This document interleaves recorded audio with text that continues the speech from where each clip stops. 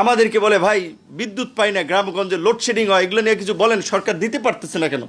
6 মাসের একটা নিউবর্ন বেবির মতো একটা সরকার, সে তো আর আসলে জ্বালানি পলিসিটা নেয় নাই, সে তো এই ক্রাইসিসটা তৈরি করে নাই।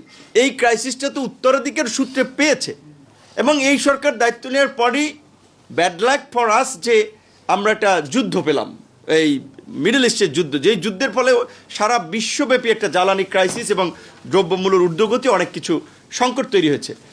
এখন এইটা তো এই সরকারকে দায় দিয়ে লাভ নাই।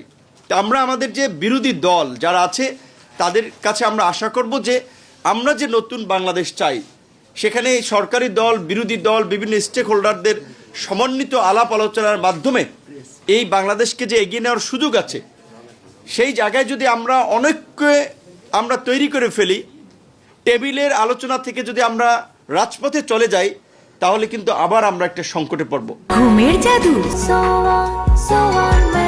সোয়ান গ্রুপের একটি পণ্য।